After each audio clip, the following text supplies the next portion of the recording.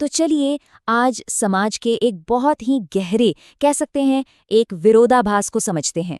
एक तरफ तो हम नारी को देवी मानते हैं, उसकी पूजा करते हैं, और दूसरी ही तरफ उसी का अपमान भी होता है। ये जो दोहरापन है, ये आखिर है क्यों और कैसे?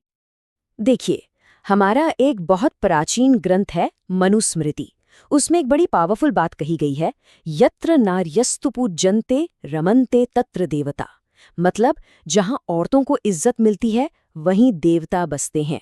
अब यह सिर्फ एक लाइन नहीं है, आप समझिए, ये एक पूरे समाज की सोच की बुनियाद है। और इसी आदर्श के मुताबिक नारी को कह सकते हैं कि तीन मेन पिलर्स का प्रतीक माना गया: श्रद्धा, शक्ति और सम्मान। और हाँ, ये सिर्फ शब्द नहीं है, ये वो गुण हैं जिन्हें किसी भी अच्छे समाज की आत्मा माना जाता था। उन्हें अधिष्ठात्री का दर्जा दिया गया था। अब अधिष्ठात्री का मतलब क्या है? मतलब वो जो हर चीज के केंद्र में हो, जो प्रिजाइड करती हो। समाज की जो सबसे कीमती चीजें हैं ना, जैसे धन, ज्ञान और शक्ति, उन सब का सोर्स, उन सब का स्रोत नारी को ही माना जाता था। और ये जो सम्मान था ना, ये सिर्फ बातों या विचारों तक ही सीमित नहीं था, इसे असल में प्रैक्टिस किया जाता था। कैसे? लक्ष्मी, सरस्वती और दुर्गा जैसी देवियों के रूप में उनकी पूजा करके। और हर देवी का रूप समाज के एक बहुत जरूरी हिस्से को दिखाता था। अब मजे की बात यह है कि ये सोच सिर्फ भारत या पूरब तक ही सीमित नहीं थी। आप देखिए, जर्मनी के एक बहुत बड़े फिलोसोफर हुए डेटे, उन्होंने भी कुछ ऐसे ही बात कही थी। इससे पता चलता है कि ये एक यूनिवर्सल ट्रूथ है, एक सार्वभौमिक सच। लेकिन फिर वक्त बदला और धीरे धीरे इस ऊंचे आदर्श और जो असलियत थी उसके बीच एक बहुत बड़ी खाई बनती चली गई। वो जो सम्मान था, वो जो श्रद्धा थी, वो कहीं कहीं खो सी गई। आज की हालत देखें तो इतने सारे कानून हैं, इतने सोशल मूवमेंट्स होते हैं, पर उसके बाद भी माता का वो पूजनीय दर्जा कहीं ना कहीं खतरे में है। उसकी जगह अब ऑब्जेक्टिफिकेशन ने ले ली है, पीड़ा ने ले ली है, और इसके सबूत तो हम रोजाना खबरों में देखते ही हैं। और यही है वो बड़ा विरोधाभास जो सोचने पर मजबूर करता है। सोचिए जरा, जिसे कभी देवी माना गया, अधिष्ठात्री कहा गया, वो अचानक भोग की सामग्री कैसे बन गई? जिसे माता कहा, उसे नरक का द्वार जैसी बातें कैसे कही जाने लगी? ये जो इतना बड़ा नेगेटिव शिफ्ट आया, ये हमें एक बहुत बहुत ही अनकंफर्टेबल सवाल पूछने पर मजबूर करता है। समाज की सोच में इतनी बड़ी गिरावट आखिर आई तो आई कैसे और क्यों?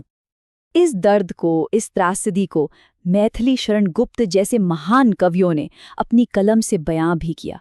उनकी पंक्तियों में नारी की कहानी एक अंतहीन दर्द और बलिदान की कहानी बनकर रह गई। लेकिन सवाल ये उठता है कि क्या सच में अबला होना या कमजोर होना ही नारी की सच्चाई है, या फिर कहानी कुछ और ही है?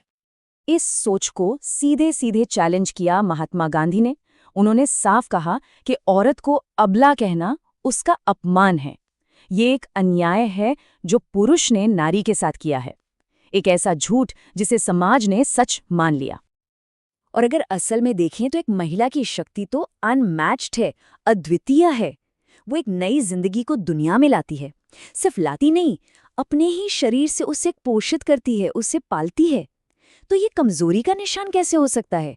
ये तो असीम शक्ति का सबसे बड़ा सबूत है। और इतिहास तो भरा पड़ा है ऐसे उदाहरणों से। जब जब मौका मिला, महिलाओं ने साबित किया कि वो किसी से कम नहीं। चाहे वो रानी दुर्गावती और रानी लक्ष्मीबाई की तरह युद्ध का मैदान हो, या फिर इंदिरा गांधी और सिरिमावो भंडारनायके की तरह राजनीति का शिखर हो, हर जगह उन्होंने अपनी ताकत का लोहा मनवाया है। तो फिर रास्ता क्या है? आगे कैसे बढ़ें? असल तरक्की का रास्ता इसी बात में है कि नारी की इस असली शक्ति को पहचाना जाए और उसे वो सम्मान वापस दिलाया जाए जिसकी वो हकदार है। हमारे प्राचीन ग्रंथ भी हमें यही याद दिलाते हैं। महाभारत में युधिष्ठिर कहते हैं कि माँ का दर्जा इस धरती से भी बड़ा है। सोचिए, जिस धरती पर हम रहते हैं उससे भी ऊंचा दर्जा। ये कितना गहरा एक स्पिरिचुअल ट्रूथ है। और ये सिर्फ हमारी बात नहीं है। हजारों साल पहले ग्रीक फिलोसोफर अरस्तू ने एक बात कही थी जो आज भी 100% सच है कि किसी भी देश का भविष्य इस बात पर निर्भर करता है कि वहाँ की महिलाओं की स्थिति कैसी है। उनकी तरक्की मतलब देश की तरक्की, और उनकी अवनति मतलब देश की अवनति। ये बातें हमें याद दिलाती हैं कि एक महिला का असली गौरव सिर्फ पैसे कमाने या नौकरी करने में नहीं है, बल्कि परिवार की अधिष्ठात्री होने में है। वो जो परिवार की धुरी है, और आखिर में यही परिवार तो एक मजबूत देश की नींव बनता है ना? और आखिर में जयशंकर प्रसाद जी की ये पंक्तियां हमें वहीं वापस ले आती हैं जहां से हमने बात शुरू की थी। वो हमें याद दिलाते हैं कि नारी को एक वस्तु की तरह नहीं, बल्कि श्रद्धा के एक जीते जागते रूप की तरह देखना चाहिए। तो ये पूरी चर्चा हमें एक आखिरी और शायद सबसे ज़रूरी सवाल पर लाकर छोड़ देती है। अगर नारी ही समाज की निर्माता है, समाज को बनाने वाली है, तो ये देखना किसकी जिम्मेदारी है कि उसे सम्मान मिले, उसके रास्ते में रुकावटें ना आए।